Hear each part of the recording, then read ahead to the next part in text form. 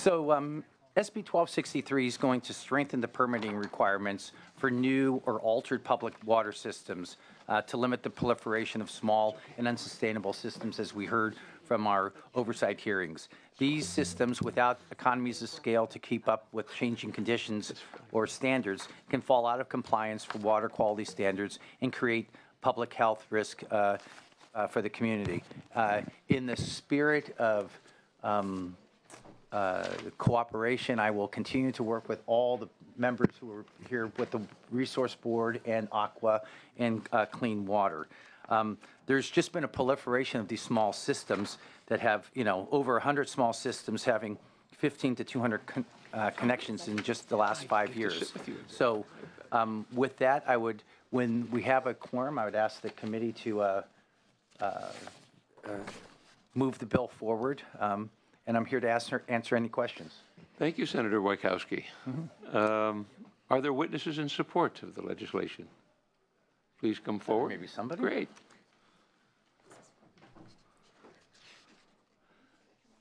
Make sure we call our authors.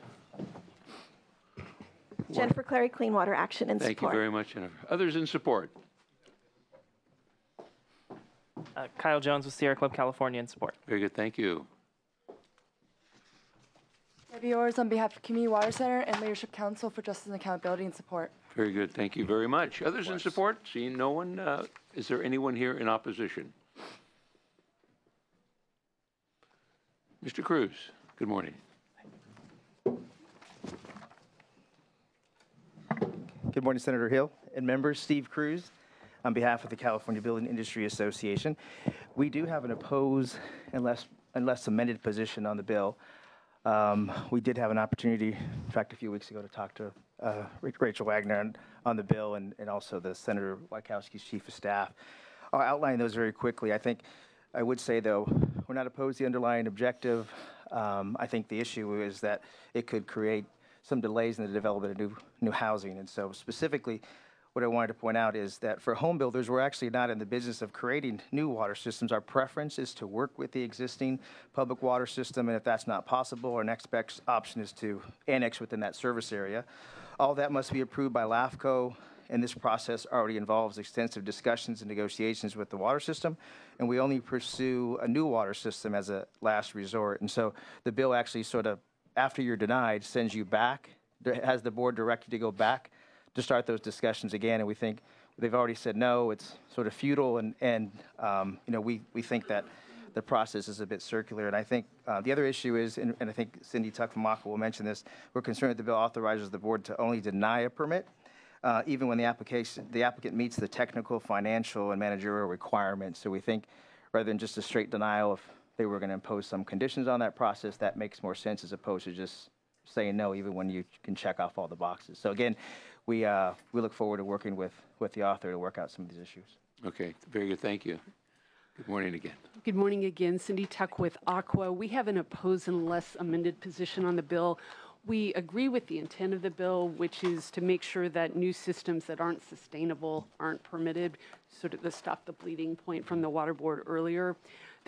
And we like most of the language in the bill. It's just the very last provision, which is the denial authority for the state board. Our concern is that it would give them the authority to deny a permit even when the new system is and will be sustainable going forward. I see. We are working with the author and appreciate that, and staff and the water board on possible criteria for that subdivision. So we look forward to working on the issue. Thank you. Thank you, Ms. Tuck. Is there other opposition? So, would you like to respond to the? I think the key is we obviously want a fair process. We want to really, I think, push the envelope on annexation. That's really, if you go in, if you're a community and you want to have a new construction, you better do some groundwork, city planners and city managers, and say, how is that going to connect? What's the capacity of it? Are we going to have to put in more money to our water system and waste system? And that we can use the benefits of a larger system so that the human right, the delivery of safe drinking water is ensured. All these systems start off happy, right? Whenever somebody comes in with their mobile park system, they've got a clean well, and the problem is that if it goes bad, there's no plan B. Right. So I'm mindful. I realize this is a challenge. It's a challenge, but I think you'll get there because you can craft something, I think, that'll be fair and work through the process to make it equitable and no one will be harmed at the end of the day. So thank you, Senator Wojciechowski, and we'll have a we get a vote as soon quorum? as the quorum is established. All right. Thank you. Thank you, John. I'm sorry I deserted you. Thank you so much for coming back. I'm sorry we pulled you away. It's okay. I was just going up and so that they're going to do it at a TV interview.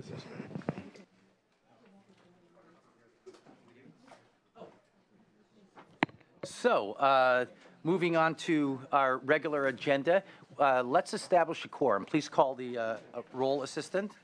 Senator Wojciechowski? Here. Wojciechowski here. Gaines? Here. Here. Gaines here. Bates? Bates here. Hill? Hill here. Jackson? Leno? Pavley? Do you have a motion? Do you want to do item number one? I'll move item number 1, SB 1263. All right, we have a motion on item number 1, 1263 by Wojciechowski and Pavley. Please call the roll. The motion is due pass and referred to Committee on Appropriations. Senators Wojciechowski? Aye. Wojciechowski, aye. Gaines? No. Gaines, no. Bates? Bates, no. Hill? Aye. Hill, aye. Jackson? Leno? Pavley? 2-2. Okay, 3-2. 3-2. 2-2, we'll keep that on call. We have one matter on consent. Item number 3 by Senator Gaines. Do we have a motion, Senator Gaines? So moved. All right, there's a motion. Please call the roll. Item 3, SB 930 by Senator Gaines. The motion is due pass. Refer to Committee on Appropriations with consent recommendation. Senators Wojciechowski? Aye. Wojciechowski, aye. Gaines? Aye. Gaines, aye. Bates? Aye. Bates, aye. Hill? Jackson? Leno? Pavley? 3-0. Very good. That matter's on call. At this time, I'm going to take a short break before I dive in on the rest of the matters.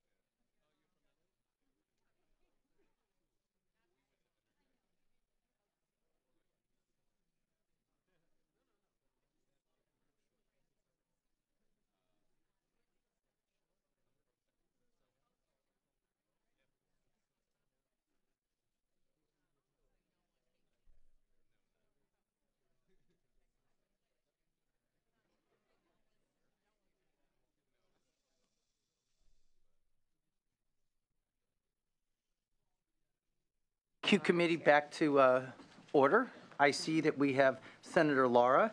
We have item number 6, SB 1008. Is that what you say, 1008? Good morning. Good morning.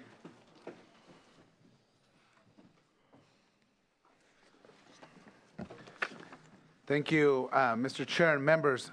SB 1008 would extend the current CEQA exemption deadline for the Los Angeles Regional Interoperable Communication System Project, also known as ALI-RICS, for 3 additional years from January 1, 2017 to January 1, 2020. The system will provide a direct communication interoperability between law enforcement, fire, federal, state, and military agencies in major disasters such as floods, fires, earthquakes, and terrorist incidents. The exemption will not apply to undeveloped or privately owned land. It would only apply to project sites on publicly owned land where telecommunication infrastructure is already located, such as existing police, sheriff, and fire sites which already contain an existing antenna or support structure. Project sites will not be located in environmentally sensitive areas such as wetlands, I don't even know how to say this word, riparian areas, or habitat or significant value, and would not adversely affect historical resources. The proposed extension is especially essential for the continued build-out of the ALI-RICS LTE system, which is funded by the Critical Federal Broadband Technology Opportunities Program, BTOP, grant awarded to ALI-RICS Authority by the U.S. Department of Commerce. Recently enacted federal legislation provided a 5-year extension for BTOP grant recipients, including ALI-RICS, through the federal fiscal year 2020. The extension would allow much-needed additional time for ALI-RICS to construct additional sites to increase coverage and capacity for the LTE broadband system, and ensure that these sites are streamlined for environmental review, constructed and completed on time to enable first responders to communicate in all emergencies and major disasters. I respectfully ask for your aye vote. You have some witnesses this morning? I do. Please go ahead. Hi, good morning. My name is Pat Mellon, and I'm representing the ALI-RICS Authority. The public safety officers within Los Angeles County request your support of Senate Bill 1008, which will allow for a 3-year extension to the limited existing CEQA exemption granted in 2012. The bill will expedite the completion of 2 public safety communications projects, one for data and the other for the traditional voice-type communication systems. The CEQA exemption is narrowly focused and applicable only to existing publicly owned communication sites and public safety facilities. The data system today requires public safety responders to use commercially provided data systems such as Verizon Wireless and AT&T. There is no prioritization of use of the system capacity during emergencies. As we saw during the Boston Marathon bombing, responders had to compete with the throngs of spectators who were also consuming the bandwidth for their own personal communications. This resulted in a delay of treatment to injured citizens. In 2010, the ALI-RICS Authority was awarded $154.6 million in BTOP grants to construct one of the nation's first public safety broadband systems. As of December 2015, the authority completed construction of 77 publicly owned or public safety broadband sites as part of the phase 1 of the data system. On January 1st, 2016, we demonstrated the system during the Pasadena Rose Parade, where and I'm pleased to announce it went extremely well. While we watched the commercial bandwidth be consumed by spectators, the ALI-RICS system continued streaming live video from 14 fixed and mobile cameras to the command post. The system also provided geolocation of system users and non-critical voice communications. While the live demonstration worked well in Pasadena, we know that there are some areas where there is a coverage deficiency. In late 2015, Congress extended the BTOP grant performance period until 2020 to allow us more time to continue to build out this critical public safety communication system, and SB 1008 will allow the rapid achievement of this goal. While 1008 allows for the expedited CEQA process, it does not eliminate the need to comply with the National Environmental Policy Act, which requires site-by-site environmental analysis and review of historical significance. We are also ready to proceed with the second phase of the ALI-RICS communication system, a voice or traditional public safety land mobile radio system, which is also funded by federal grants. It will link 81 different public safety agencies and police and fire agencies within the county and our hospitals, paramedics through one interoperable communication system. Interoperable communications is one of the most critical recommendations resulting from the response to the September 11th attacks. The voice radio system will comply with the mandate by the federal government to migrate to alternative radio spectrum in 2023. Lastly, all sites contemplated for inclusion in this land mobile radio system had been analyzed pursuant to NEPA with a public review period that ended yesterday. Oh. We urge your aye vote on SB 1008, and I'm happy to answer any of your questions. So the public review process on the NEPA, on the LMR, ended yesterday. For NEPA, yes. Right. There was also an environmental impact report on 44 of the sites that would not meet the criteria of this exemption that closed last month. Okay. Next witness. Lieutenant Wayne Billowood on behalf of the Los Angeles County Sheriff's Department will be very brief. I think most people would be surprised to know that there is not a dedicated infrastructure for emergency first responder communications. This will be the largest of its type in the nation, the first of its type in this nation, and we strongly urge that you pass this bill so we can finish the project and become the best in the nation at this. Thank you. Others in support of SB 1008. Good morning. I'm Kathy Chedester. I'm the director of LA County Emergency Medical Services Agency, Gotcha. which is part of Department of Health Services, and I'm also a board member on the LA RICS. I'm here to urge your support for this bill. LA RICS is critical to the EMTs and the paramedics on a daily basis. We have 600,000 emergency patients a day, and this system will increase the availability and reliability of the communication of the paramedics in the field to the hospital physicians to treat those patients. Incidents like the Northridge earthquake, so not only on a daily basis, but during critical incidents, the Glendale train accident, the Chatsworth train accident, all of those have had interoperability and communication issues that need to be addressed and can be addressed with this system. So I urge you to vote yes. Thank you. Next. Mr. Chair and members, Chris McKaylee on behalf of the California Ambulance Association. We provide 82% of the 911 transports in the LA region, and we supported Senator Lara's prior legislation on this and urge your aye vote on this bill as well. The cleanup language. Sylvia Solisha on behalf of City of Los Angeles Mayor Eric Garcetti in strong support. Asha Harris on behalf of the California State Sheriff's Association in strong support. Dan Filizzato on behalf of the Los Angeles County District Attorney's Office. Our office actually is the 4th largest law enforcement agency in LA County, and our Bureau of Investigation, when there are critical incidents, respond out and need to be able to communicate with their fellow law enforcement officers. We're in support. All righty, let's hear from opposition. Opposition to SB 1008.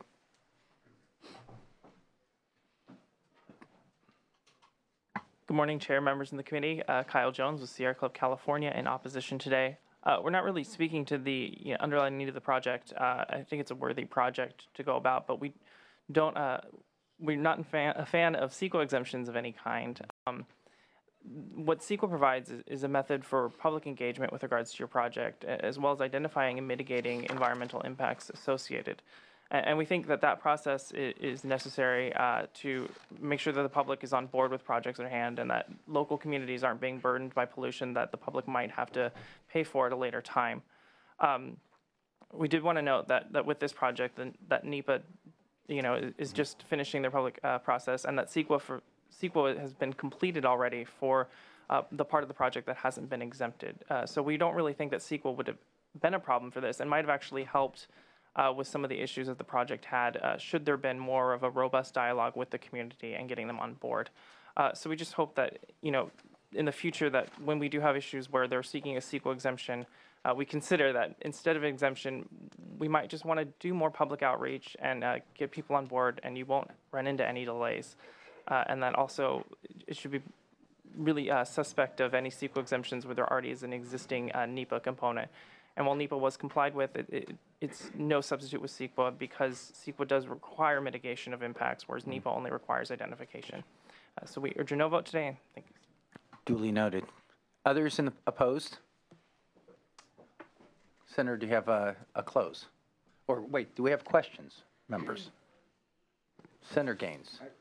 I don't have a question, just a comment. I thought the comments by the Sierra Club were interesting in that they don't like any sort of exceptions to CEQA, but I think if we actually reform CEQA, we wouldn't have to have exemptions. So it's kind of a chicken or the egg issue. Are we going to reform it? If we don't reform it, then I guess we're going to have exemptions on particular projects as we move forward. So I just wanted to clarify that. Thank you. You may close, Senator. Thank you, Mr. Chair. I think we all understand the importance of ensuring that we really finish this inoperable system to ensure that we can maximize communication between our public safety agencies to ensure that we can fully protect our citizens, in particular in LA where, you know, we don't have such system in place yet, and it would be definitely the model for the rest of the country to follow. With that, respectfully ask for I vote. Do we have a motion? So There's a motion by Senator Gaines. Assistant, please call the roll. Item 6, SB 1008 by Senator Lara. The motion is due pass and refer to Committee on Appropriations. Senators Wykowski? Aye. Wykowski, aye. Gaines? Aye. Gaines, aye. Bates? Aye. Bates, aye. Hill? Jackson? Leno? Pavley? 3-0. All right, we'll keep that matter on call for members when they do arrive. Let's move to item number 10. This is Senate Bill